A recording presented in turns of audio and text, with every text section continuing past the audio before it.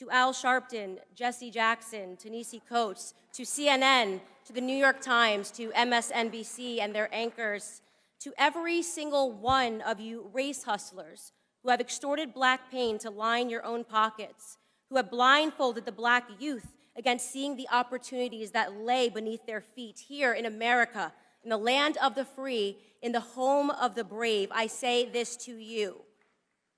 There will be a Blexit, a black exit.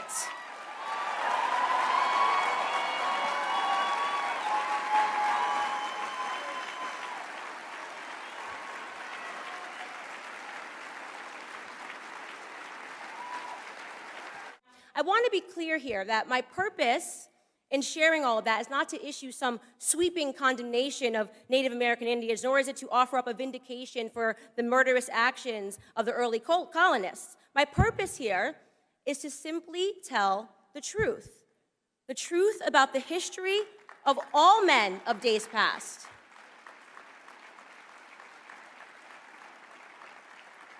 The truth about the history of all men of days past, a history that is complex, ugly, brutish, immoral, and leaves no man, regardless of his skin complexion, guiltless. But the left wants us to believe otherwise. To them, imperialism, cannibalism, murder, slavery, all of these undeniably sinful acts are forgiven in a historical context so long as they were not committed by white men. So they can forget the murderous Persian Empire. They can forget the cannibalism of indigenous tribes.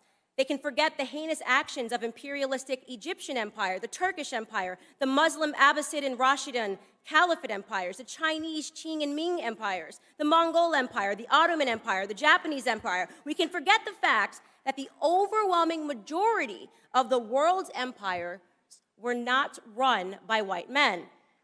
They also, by the way, choose to forget the fact that the first to abolish the practice of slavery was Great Britain.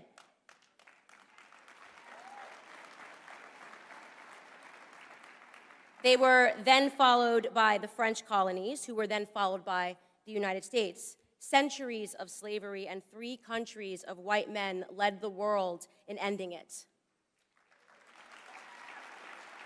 No.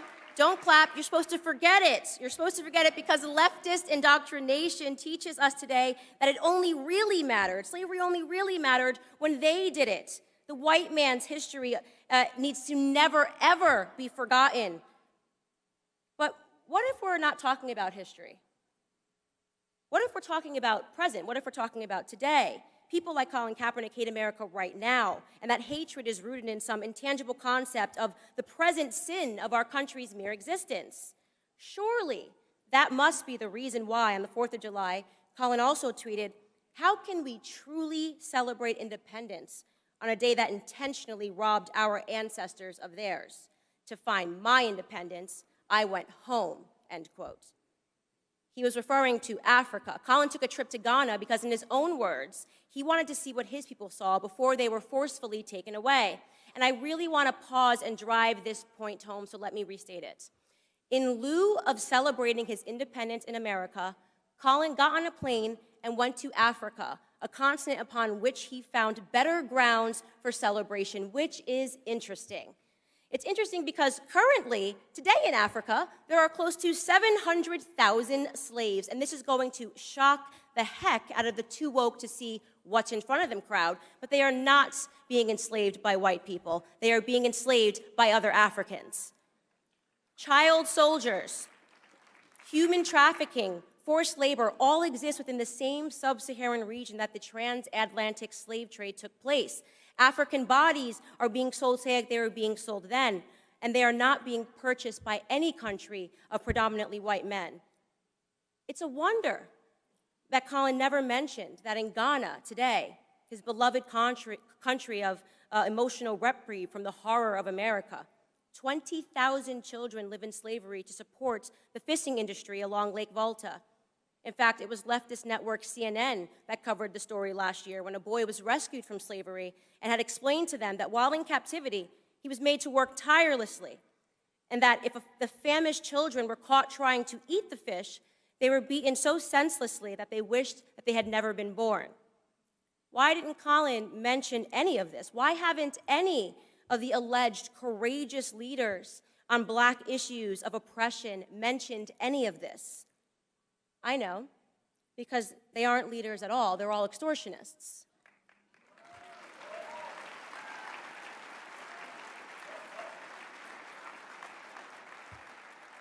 Colin extorted Black America to earn millions. Colin extorted Native Americans to maintain his image, and Colin extorted Ghana for a photo op so he could continue to earn those millions. But Colin wasn't the first, he isn't the only, and he certainly won't be the last.